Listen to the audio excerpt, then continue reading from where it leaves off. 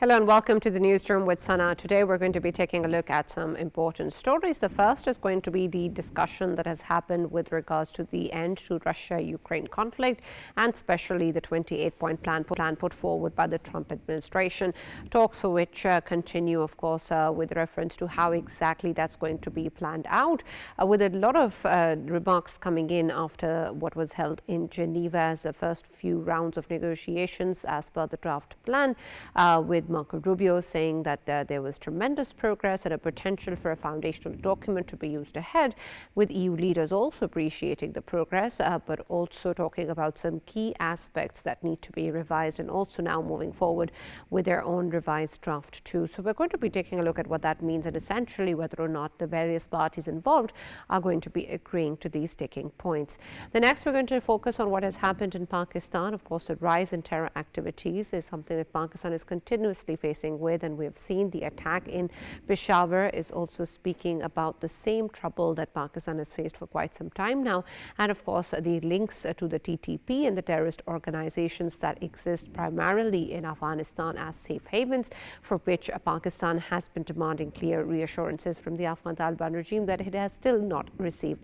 So we're going to be taking a look at what that means and what are going to be the future ways in which Pakistan will be dealing with this issue. And lastly, we're going to be taking a look at how AI is changing the world, of course, as the technologies emerge and as new models are being developed. There is, of course, a lot of concern whether or not that is going to empower countries far beyond anything else that we've known, with many now also comparing the use of AI, the development of large language models, and the monopoly over AI as perhaps the greatest equalizer, and talking about whether or not that can bring about more significance to the different countries, perhaps even more so than those who have nuclear power in their possessions. And so we're going to be taking a look at what that means essentially for countries like the US, China, Russia, and also who strive to do the same that much of these countries have already achieved. For now, we're going to be taking a look at our first story that focuses on the Russia-Ukraine conflict and the very important peace plan that is being discussed and put forward by multiple countries, of course, put ahead by Mr. Trump. For this, we've been joined by political analyst Professor Scott Lucas, and we'll talk to him more about this particular issue. Thank you very much, Professor Scott, for being part of the Newsroom today. I'd like to hear your perspective on what your initial takeaway is from the 28-point peace plan, because many have spoken about how some of the very essential aspects still need to be revised and looked at from a different standpoint. Initially, of course, there has also been rhetoric about how it's perhaps more Russia tilted and takes away from a lot of points that Ukraine already has expressed reservations over too. The EU leaders have also put forward a positive rhetoric, but they have pointed out some of the very integral aspects of this peace plan to be problematic and not acceptable to them. And so I want your take on whether or not you think that the 28 peace point plan, with more or less what it offers, is something that can be moved forward in a positive direction according to the Trump administration. And if not, then will Russia still be agreeing to the general dynamics of this plan if the essentials are not meant for Putin to declare victory? Well, thank you so much for having me here. I'm going to make 2 points that I think go beyond a lot of the media coverage and will take us into new territory for the analysis. The first is, contrary to a lot of the presentation, this plan is not a Trump plan. This plan is actually a plan that came from the Kremlin. It was first developed back in the spring. It contains effectively Russian demands on Ukraine, packaged as the idea it might be a peace plan. For example, it demands that Ukraine give up the rest of the Donetsk region, which is the strategic region in eastern Ukraine. Ukraine has about 22% of that territory. It demands that Ukraine, of course, not join NATO at any point, a permanent ban. It demands, in addition, that Ukraine's armed forces be limited to about 600,000 personnel. That's like only 1/4 of the size of the Russian military forces. And it demands that Western military assistance is quite limited. Beyond that, it calls for the lifting of all sanctions eventually on Russia and for Russia to return to the G8. group of nations. Now, the reason why I say this is a Kremlin plan, and this has been established by journalists like Christo Grozev, who've seen the original draft, is that the draft was circulating for several months. But it was at the end of October that the Kremlin found leverage. And that is Vladimir Putin's top economic advisor, a man named Kirill Dmitriev, who has worked with the Trump camp since 2017. He came to the US and he met Donald Trump's envoy, Steve Witkoff, in Miami, Florida. And Jared Kushner, Donald Trump's son-in-law, later joined the discussions. And at that point, the plan was put forward and it was leaked to the media. And it appears to have been leaked to the media by Dmitriev. So the Russians create the plan. They get a couple of key Trump people in on the plan, and then they leak it, but they present it as a US plan.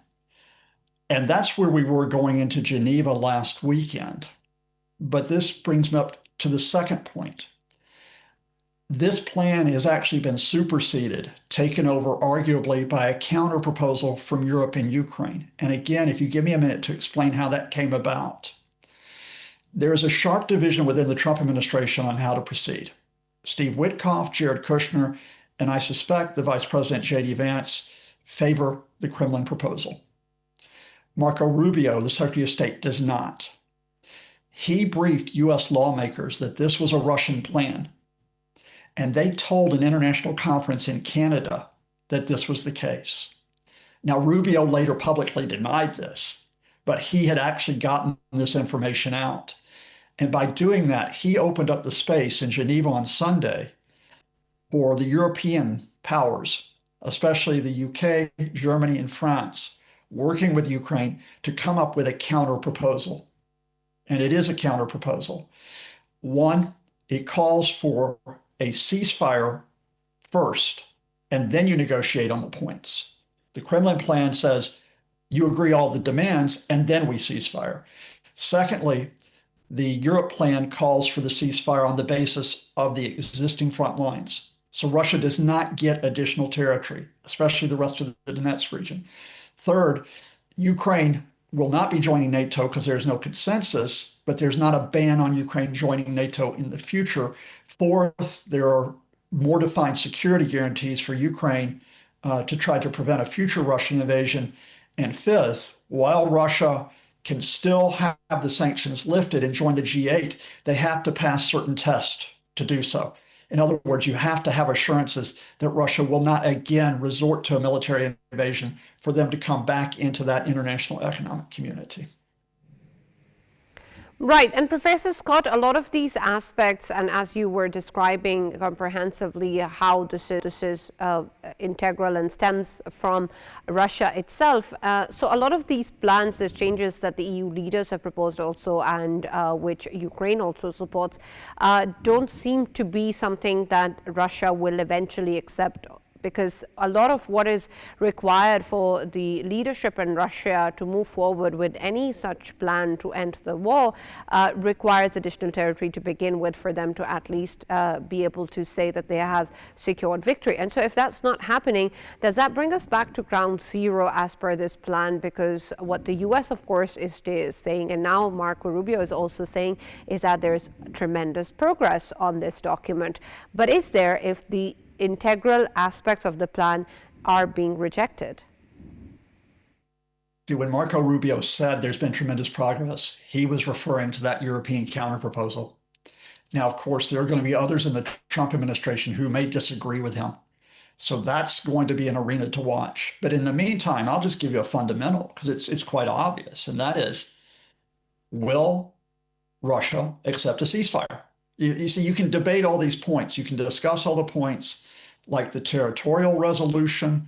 You can discuss where we are in terms of security guarantees and military position. You can discuss the economic positions of the countries, but you do so from a basis that you have stopped the air and the ground attacks on both sides. Now, so far, and we have been at this point before, we were there in the spring when, after the US threatened to cut all support of Ukraine, Kyiv and the Europeans got back on the front foot and put forth a proposal that started with a ceasefire.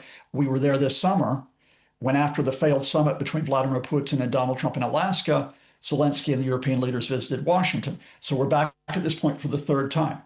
Will the Kremlin agree to ceasefire, a 30-day ceasefire, for example, to give space for discussions? If they will not, I put it to you, that makes the Kremlin's intentions clear. They're not interested in a ceasefire. They are interested in getting the space to seize more Ukrainian territory and to put more pressure on the Zelensky government and to keep it permanently weakened. And Ukraine and Europe are not going to accept those conditions.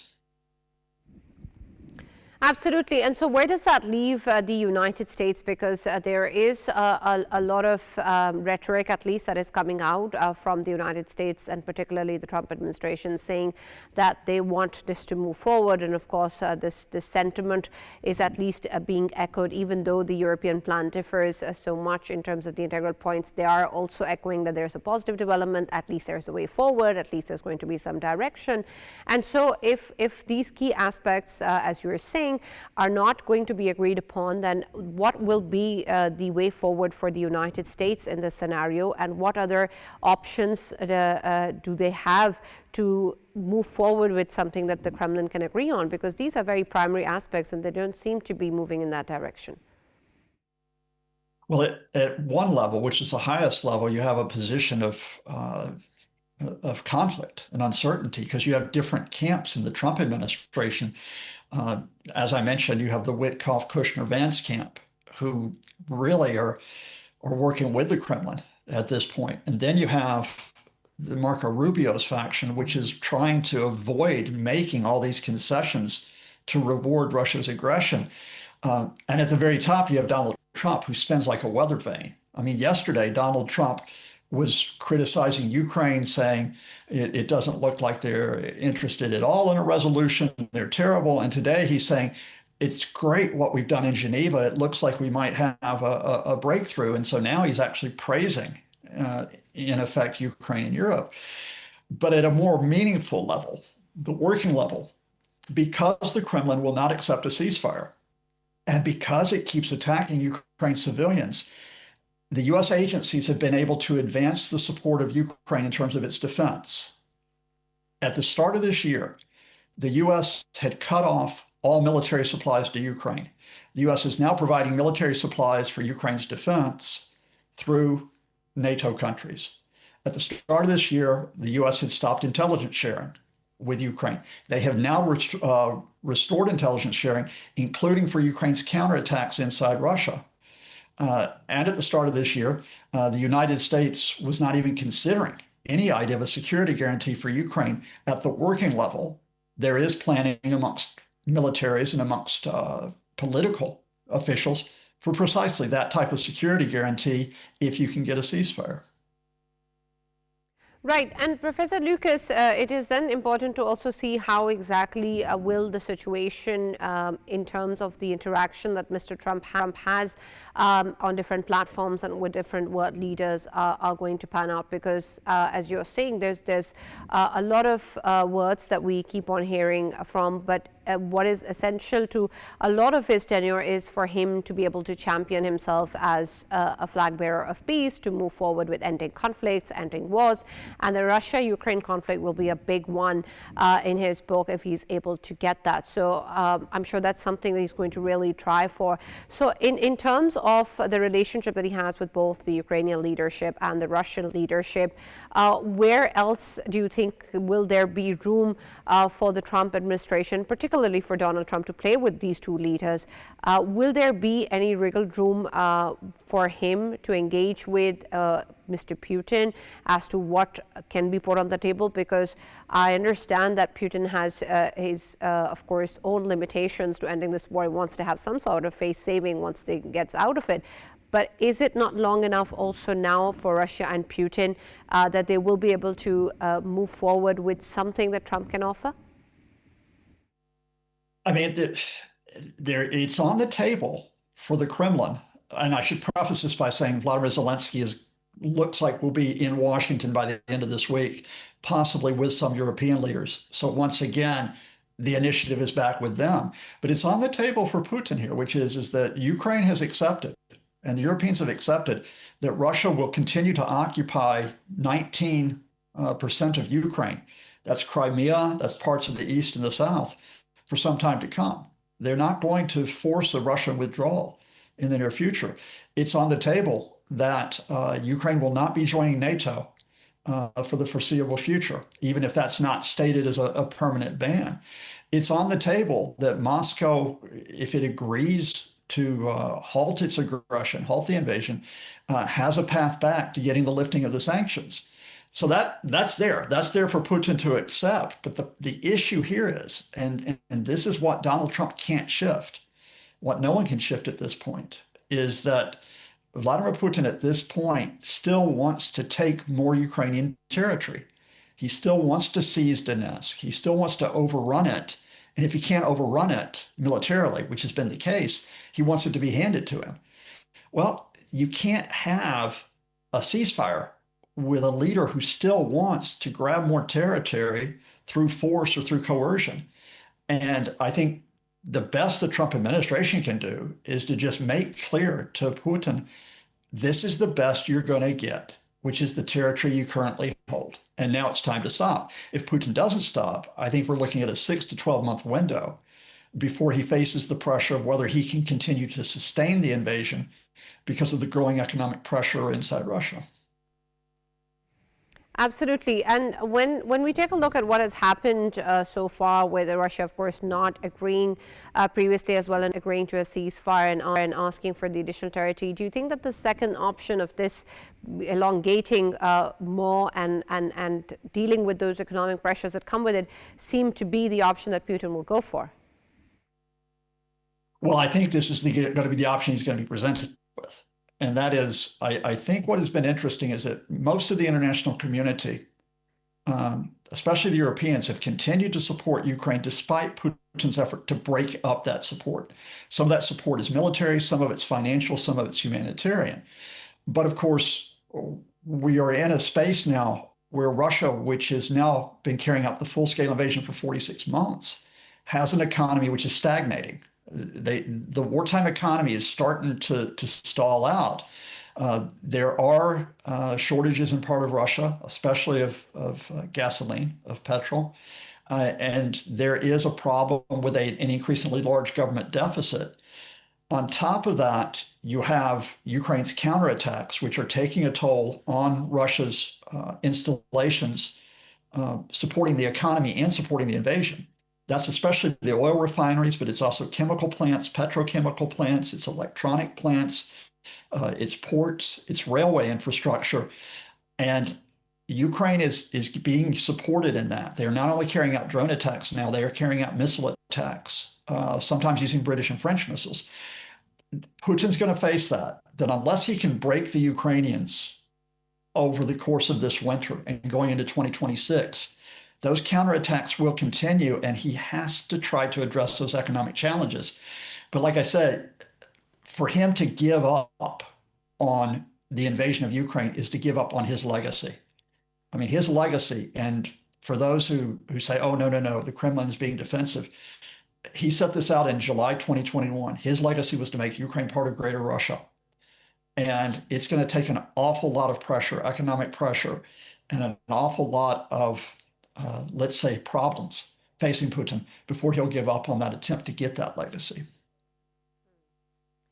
One thing, Professor Scott, that I want to understand is when we have the EU leaders supporting Ukraine, we have the EU leaders presenting a revised plan, and of course talking about what the key aspects, as you mentioned, have tilted in Russia's favor, and then of course they've presented a different scenario. Why is it then that the EU leaders' rhetoric that is coming out seem to also sort of appease the Trump administration or the peace plan that was presented, sort of say it lightly or to say it in a more disguised way that at least there is some sort of positive direction going on, or at least there is some discussions going on, when the integral or the sticking points still remain, and of course they were revised by the EU in its draft plan. And so I want to understand, why is it that we're not hearing perhaps an all-out rejection of the plan by EU, or a perhaps more harsher stance by some EU leaders on this?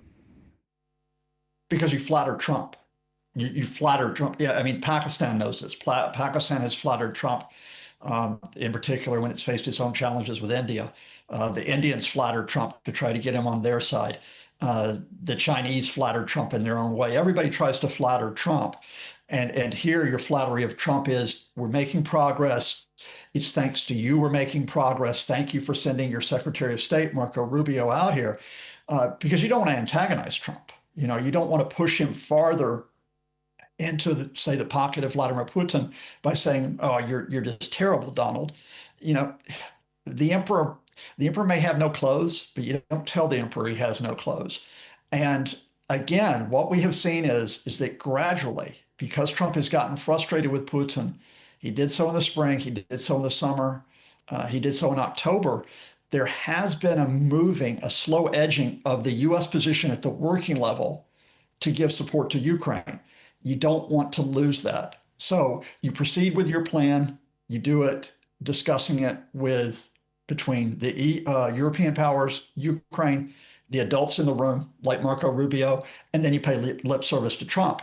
And then you present Putin with that choice, which is either you accept the ceasefire, or if you're not going to accept it, the blame's on you, which then encourages Trump to give more support to Ukraine because it's Russia, it's the Kremlin that's the barrier to him getting that Nobel Peace Prize. Right. Thank you very much, Professor Scott Lucas, for joining us today. Of course, a lot of concern as to how exactly the situation is going to evolve, with many at least welcoming a discussion forward and, of course, different plans to be put forward to end the Russia-Ukraine conflict. But it seems that a lot of the aspects still remain more negotiations and discussions. Many of them are key sticking aspects to what Russia has not agreed to previously, and the EU leaders have proposed a revised plan accordingly. Whether or not Mr. Putin is going to be agreeing to that, and there will be some tangible discussion forward, remains to be seen, but these are the key issues that still haven't been agreed upon. We're now going to be taking a look at our next story that focuses on what is happening in Pakistan and Pakistan's fight against terrorism, and the spike in terror activities in the country is something that the country has had to deal with for quite some time now. We've just seen an attack on the FC in Peshawar, and this is of course an unfortunate series of attacks that have recently taken place, just about 2 weeks earlier in the federal capital as well, at which there is of course a lot of discussion to the links that exist as part of the terror networks and safe havens that are in Afghanistan, that are being sponsored by India and facilitated and supported by the Afghan Taliban regime, with no guarantees being given to ensure that that will not happen, something that Pakistan has been demanding for quite some time now. To talk more about this, we've been joined by Hassan Khan, who's a senior journalist, and he's going to be speaking to us at length about this. Thank you very much, Hassan Saab, for being part of the newsroom today. I'd like your take on, when we take a look, of course, at the number of terrorist attacks that Pakistan has faced.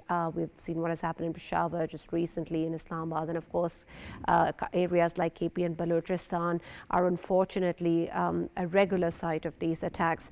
And we also know and have put forward with evidence the links that exist to safe havens and terrorist or networks in Afghanistan that are supported by Indian elements, and the Afghan Taliban regime has also refused to give any guarantees in terms of protecting their soil not to be used against Pakistan. And so in this scenario, when we talk about Pakistan's own fight against terrorism, what Pakistan must do to protect its country, its borders, and its people from these terrorist attacks, where do you see the direction that it would take, the options that Pakistan has, given the scenario that you know with Afghanistan that exists, and most recently that happened in Istanbul? Thank you very much. I think you rightly said that now it is up to Pakistan how to take up the issue. Already you know that Pakistan has drawn red line that if there is an attack on Pakistan, and if Pakistan was sure with evidence that the attack has been done from Afghanistan, so definitely Pakistan will take action. This was the new policy which Pakistan has, I think, adopted in October this year. Unfortunately, today's Peshawar attack, it happens on an iconic building and especially iconic institution. This is the Federal Constabulary. Previously, it was Frontier Constabulary, and it was unfortunately the second attack. And had it been successful, I think there would have been a lot of damages and a lot of human losses The security boys who were present there and the security guards, I think they marvelously performed and they protected and they did not allow these terrorists to enter and inflict damages inside that headquarter. But you know that all the three terrorists who have been shot and who have been eliminated were Afghans. It means that they have been from Afghanistan, they come from Afghanistan, and they have got training indoctrinations from inside Afghanistan. So I think enough evidence are now coming in Pakistan's hand to convince the international community, because convincing the Afghan Taliban will be a bit difficult, because Afghan Taliban have opted that they have chosen to support the TTP. They have preferred the TTP over Pakistan, over the people of Pakistan. So I think now Pakistan will definitely take up the issue to those who were mediating talks between Pakistan and the Afghan Taliban. That in Peshawar, all the three terrorists they were Afghans, and I think now it's quite clear that the Afghan Taliban are getting support from India. India has time and again expressed its mind that it will squeeze Pakistan, that it will inflict damages on Pakistan from its western border. So I think now it is up to Pakistan. I think no country will blame Pakistan if Pakistan further take action, hitting their hideouts inside Afghanistan. But I think Pakistan is still in what we call it having a strategic passions. We are still waiting, especially for Afghan Taliban to realize the sensitivity of the situation, because for how long Pakistan will be facing these threats? For how long Pakistan will be, I think, bearing losses of its security people, innocent people, and the government strategic infrastructure. So Pakistan will definitely respond. But I think at the moment, post the attack on Islamabad local courts and attack on cadet college in Wana, we are still waiting that Taliban will respond in a positive way. In a positive way. Hassan Saab, I want you to explain that a little bit further, because why is it, given what we have seen has happened historically with the Afghan Taliban regime, what has happened most recently in Istanbul in the talks with no breakthrough, and the fact that there hasn't been a clear guarantee from the Afghan Taliban regime to ensure that these safe havens won't exist, won't be supported, and the kind of rhetoric that we also keep on hearing with regards to the border closures, with regards to the Durand line. While all of this is happening, why or how are you expecting a positive response from the Afghan Taliban regime also just after these attacks? I think I'm not sure that Afghan Taliban will respond in a positive way, because Afghan Taliban, they don't care for their own people. You know, they have banned education for the women, and at the moment, almost 22 millions of women are suffering under that apartheid regime of Afghan Taliban. And I think that there will be definitely a fatigue on part of the international community. You know, very recently, just a few days back, the Danish ambassador in UN, while speaking at the UN Security Council, she has said that TTP is a big threat to the region, and it was she. It means that an ambassador from Denmark in the UN, she was saying that TTP has 6,000 to 7,000 fighters, and these fighters are being supported by the Afghan Taliban. The next day, we hear the Russian ambassador who was speaking about a big threat emanating from the Afghan sides. And you know, Iran has also concern. Chinese have concern of ETIM. Uzbekistan, Tajikistan, and Turkmenistan have concern. The international community is very much concerned about the growing nexus of Al Qaeda with other terror network on Afghan side. So I'm not confident that Afghan Taliban will hear to Pakistan when they are not hearing to the international community. I think Pakistan's need to take actions first, secure its own border, completely manage it, and also take actions to wean our own people away from these terrorist networks. That's the only option so far with Pakistan available. In the next, I think I'm pretty sure that Pakistan will be definitely working on taking on Afghan Taliban collectively, because Pakistan is at the moment fighting for the world peace, fighting for the international peace, because Afghanistan is not only a threat to Pakistan, it is a threat to the regional countries, it is a threat to the Right, international. but Hassan Saab, I understand what you're saying, and we of course respect the Danish side also talking about that at the UN platform. But is that really what the international community is perceiving? Because Pakistan, of course, has been saying that, has put forward credible evidence, of course, and the threat is real. But is it being perceived as a threat to other countries as well, realistically speaking, in a lot of the regional countries, especially those that are interacting with the Afghan Taliban regime, including Russia, which has, of course, officially recognized Afghanistan, and the Central Asian states that are dealing with Afghanistan? Are these countries also cognizant of the threat that exists from within Afghanistan? I think it's quite unfortunate. At the moment, Pakistan is facing direct threats from Afghanistan. Pakistan is facing deadly deaths and destructions from the elements which are crossing the border using the Afghan soil against Pakistan. But unfortunately, the international community is waiting for a big disaster, a disaster at the level of 9/11. 9/11 happened when Taliban were ruling, and when they take, I think, position on Al Qaeda. Again, Taliban are repeating that history. Previously, in the first Taliban regime, they take position on Al Qaeda, and they refused to hand over the Al Qaeda element or flush them out from Afghanistan. But now they are having the same position. But this time the network is changed. This time it is the TTP, and TTP is a direct threat to Pakistan. But today it is a threat to Pakistan. Tomorrow it can be a threat to the region, and tomorrow, if this permissive environment which the Afghan Taliban are providing to all the terror networks, who say I think they are attracting these terrorists from across the world. So tomorrow, if something big happen, only the world will realize then. But at the moment, I think Pakistan is doing pretty good. It is sensitizing the regional countries. It is sensitizing the international community. International community is sensitized to the level that they realize that there is a lurking danger from the Afghan side. But unfortunately, at the moment, they are not ready to take an action against the Taliban regime. So you are right that at the moment, definitely we are expecting, but the international community is not responding the way which it should be. And what about India and India's involvement? Because an important aspect of this is also this element exists in terms of the terror financing and the terror sponsoring that is existing and coming in from India. And of course, again, we have evidence for this that has been put forward too. Are the countries around the region and as part of the international community recognize and understand that? For example, you said that there was support from the Danish ambassador at the UN forum with regards to a recognition and a statement of the TTP and the threat that it poses.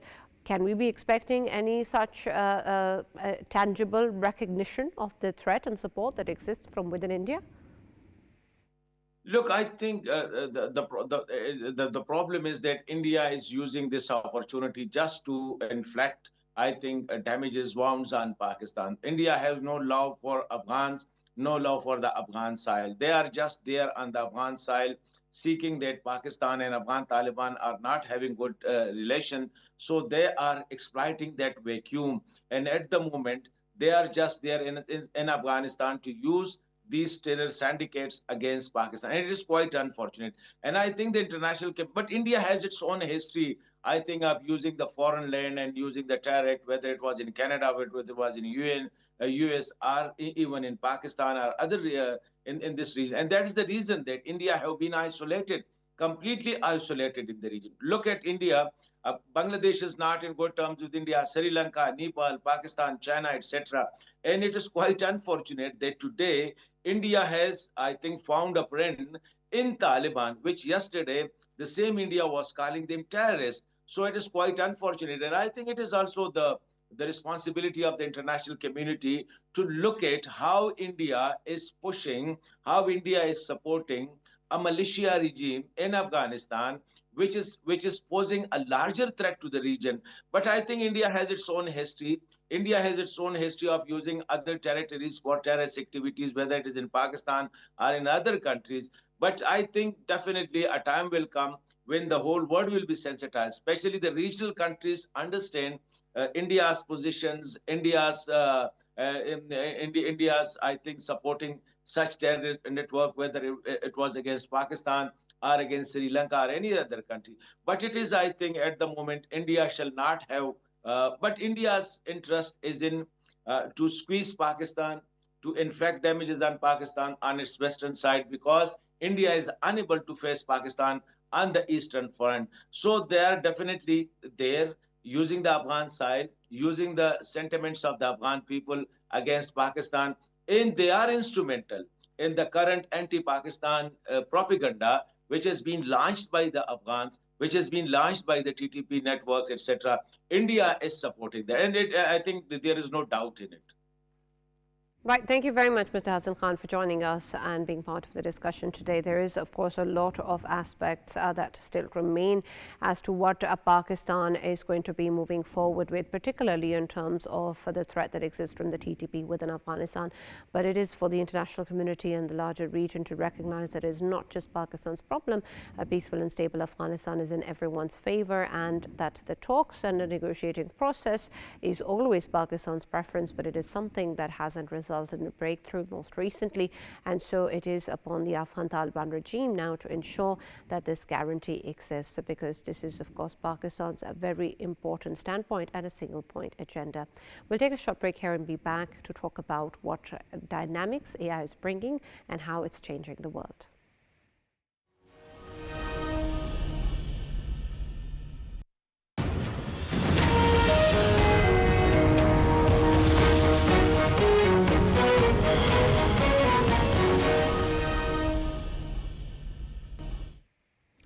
Welcome back to the Newsroom with Sana. We're now going to be taking a look at what is happening around the world as AI becomes more and more part of it, with many talking about how the AI club now represents something perhaps much larger than the nuclear club, referring to countries who have nuclear weapons in possession, with many saying that those countries that have developed their own LLMs are going to be significantly more powerful, and that as each day goes by, there's more and more competition that increases, and perhaps the race and the lead that many countries, including the US and China or even Russia, has in this particular field is going to be impossible to catch up to. For that, we're going to be speaking to the Chairman, National Center of AI, Professor Yasar Ayaz, and we'll speak to him with regards to how true this is. Thank you very much, Professor Yasar, for joining us and being a part of the Newsroom. It's a pleasure having you on my show.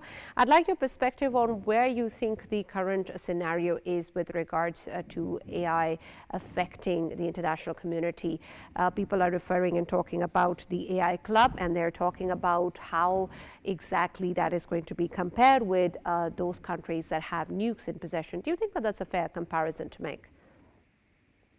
I think that people have been talking about it for quite some time now, and previously also a large group of scientists, from various countries in the world had written a letter to the United Nations in which they had argued that after gunpowder and nuclear arms, in military technology, the most powerful third technology that has been invented in the world is actually AI. And the reason why they say it is not just because of LLMs or the generative nature of artificial intelligence, which is recently coming up. The reason why they were saying it is that at tactical and strategic level, artificial intelligence is able to perceive information and process it together to create situation awareness at such a, you could say, with such accuracy and with such high speed that human mind cannot process information as fast, and it can react to threats much faster than a human being can actually make decisions. So this is why artificial intelligence is perceived to be a strong technology in the military domain or in the defense domain. And there is a very large CAGR, the compound annual growth rate for the defense technology of AI, which is selling around the world. But even other than defense technology, artificial intelligence is a massive power for economic growth as well. And recently the International Data Corporation has actually ramped up the numbers. Previous numbers being reported were around 15.7 trillion US dollars GDP contribution by the year 2030, which has recently been revised to 19.9 trillion US dollars, and this number is expected to go further up. So I do think that AI is a major part, and I think that nuclear weapons probably is a smaller comparison because nuclear weapon pertains to only defense. AI pertains to defense and much beyond. So I think it's a bigger power compared to nuclear powers actually. Right, and many, Dr. Yasar, are also saying that perhaps the membership to the AI club is now closed with countries like the US, China, and even Russia developing their own LLMs. And because of the fact that AI is developing so rapidly and exponentially, those who are perhaps trying to catch up now or getting involved into AI now will be too far behind. Is that true? I don't agree with that per se, because, for instance, the morning that the news about DeepSeek came out, and people were surprised that LLMs had been developed. You see, when we started hearing names of LLMs, it was ChatGPT. It was then after some time it was Llama, it was Gemini, and others, and all of them were being based out of the US. But the moment the DeepSeek came out, and DeepSeek was able to solve a lot of the same kind of problems with much lesser computational cost, it actually upset the markets and even disrupted the you could say the share values for companies like Nvidia, which are actually hardware manufacturers. So I think there's a lot in play yet. And just recently, there has been a news about Saudi Arabia signing a massive deal with purchase of major computational platforms on which will be capable of deploying LLMs, and the restrictions on UAE and Saudi Arabia being lifted, and now US looking forward to export NVIDIA technology to them. I think that for countries like us, the way forward is that we need to make unions, like, for example, the European Union has put together. So we need to see, is ECO the right forum? Is SAC the right forum? Is, our recent newfound, very close collaboration with Saudi Arabia or UAE or other countries going to be the right direction? So if, for instance, by going by example, if Saudi Arabia is buying a lot of, for example, this hardware, and we can help them put together a generative AI platform which can work in, let's say, you could say these languages, semantics and other stuff. For example, the Arabic language or Urdu language or Persian, it can work LLMs in this direction. So I think this will be a very big part which can at one stage compete with probably the most advanced algorithms and most advanced setups in the world.